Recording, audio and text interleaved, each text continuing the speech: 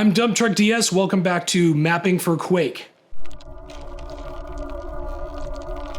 The running time for this episode got out of hand, so I've broken it up into two parts.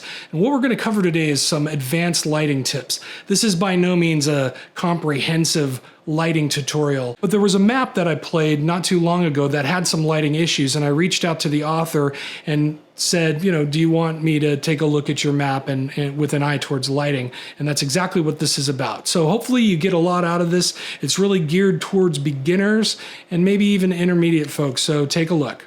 We're talking about Intrusion. This is a single player map. It's a first map from MAFON 2. So I have a link to this down below, and you can kind of read up on it and see some of the reactions to it here. But overall, it's been well received. There were some bugs and issues with it that he's gone back and improved upon and fixed. So I've been wanting to do this video for about a month. And the reason being is that it deals with lighting, and lighting is my favorite aspect of Quake. I'm not an expert on all this stuff, but I do have a perspective and I do have some experience with it that I can pass on to mappers who are new. Now, there are technical issues with this map. I'm not going to get into any of that. I'm going to focus strictly on lighting. For a first-time Quake mapper, he bit off a lot, and it's an ambitious map for sure. So we're looking at the original version of the map, and you can see right away that it's pretty dark. It's very dark. So let's take a look at how he was seeing the map, or how he might have seen the map on his monitor, because I emailed him and I said, well, what's your gamma setting? Okay, now the default, this is really important stuff.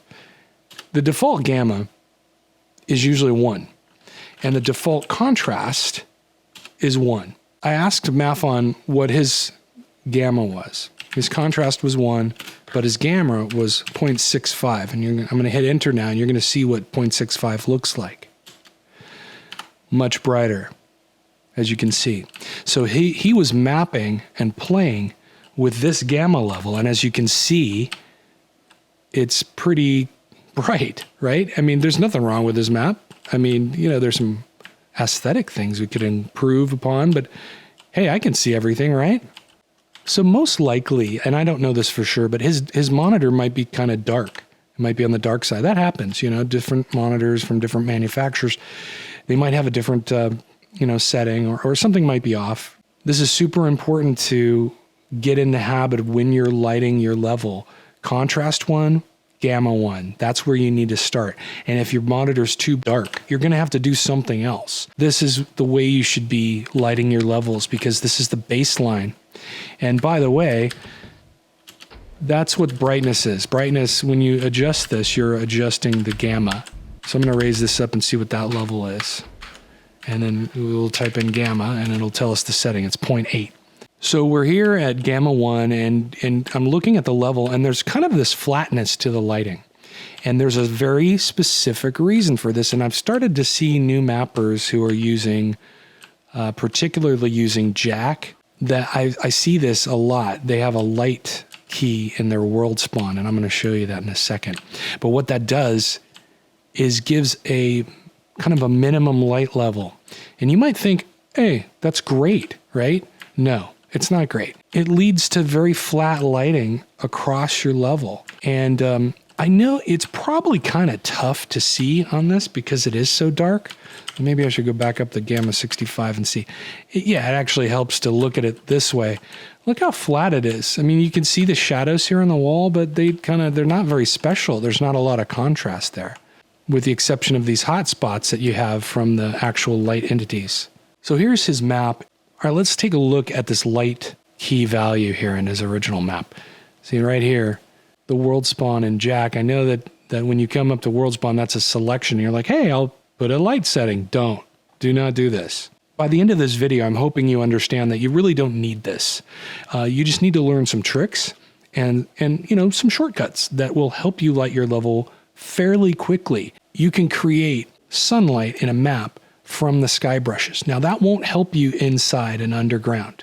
You still have to light all this by hand because there are no sky brushes anywhere near this, right? There's no sky brushes. So this little trick obviously only works for areas that are kind of quote unquote outdoors. So how do you do that? Well, there's a number of ways you can do this. One way is to embed, and you can kind of see they default to it. You see the sunlight key here that's not being used. You can enter a sunlight value. Now it defaults to shining straight down from these brushes. So it's going to kind of blast straight down 90 degrees down. And you can set an M angle on the sun, and that will, determine the direction of the sunlight.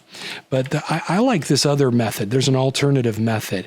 What you do is you put a light in your map and you give it a key value of sun_sun1, right? And that turns it on. And now this light will not illuminate the area around it. So you can put it anywhere on the map, basically anywhere that's not going to leak. Now you can see I'm targeting something here. I've got an info null and the target name is suntar, just for target.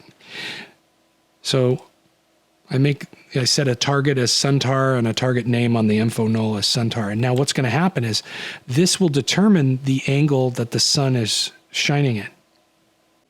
So here we are on the map. As you can see, the light is coming down. It's casting shadows. And now you also have these columns that are casting shadows. So as you can see, you get this directional light. It splashes all over the level. And you can set the angle so that you do have some shadow areas. See how it's kind of making a shadow here. But because of the angle, this is more illuminated. So the nice thing about that info null is you can just drag that thing around instead of typing in numbers. You can just drag the info null around, save your map, recompile, boom. There's one more setting that I haven't talked about yet that is working with this sky setting. And that's called bounce. So what is bounce doing? Well, here I'm at the Eric W. Tools website. There's this great interactive screenshot that you can see the different values. But let's look at the default bounce. So this is without and then with bounce. So what happens is bounce takes the light and bounces it all over the map. So everything's being kind of acting as a small light source in your map. So Eric W. Tools website, it's a must. You have to go and spend some time on it. All the readmes are right here. It's amazing what you will find. So how do you enable bounce? Well, you got to use it at the compiling stage, and it's a command line switch. So if you're using TrenchBroom's built-in compiling tools, I don't need to tell you how to add command line switches. You already know how to do that. I have these command line switches set here. When I compile the map, I'm using soft and extra 4. I'm going to let you look those up in the README files for the light application on Eric's website. You go ahead and look those up. You learn how to do them. I'm also using bounce 1, and the default bounce level is fine for this map. So let's compile this map. Now, one thing that I do want to note is that bounce does add some compiling time in the light stage. But so this isn't just an instantaneous thing, but the effects that you're getting in the shortcut, as opposed to putting all these lights in your level, it's worth the trade-off in my opinion. So you've seen this with bounce. Let's turn off bounce and see how it looks. So as you can see, the sunlight is still working, but the level's a little more dim because these lights are not bouncing all over the place. So if you want high contrast stuff, this is the way to go. If you want to kind of soften your lighting and spread it out a little bit, then you want to enable bounce. So you can see right away when you spawn how this bounce is working. And this is an important thing to take note of. If you're going to use bounce, you're going to want to use it from the very beginning of lighting your level, as soon as you start working on your lighting. That's it for part 1 of this lighting tips video. So stay tuned for part 2. It should play. If you've got autoplay on, it should play right next. If not, there's a link you can click on right away. I encourage you to watch all these videos if you're new to Quake mapping. That's it for this episode. Thanks for hanging in there. We'll see you in the next tutorial.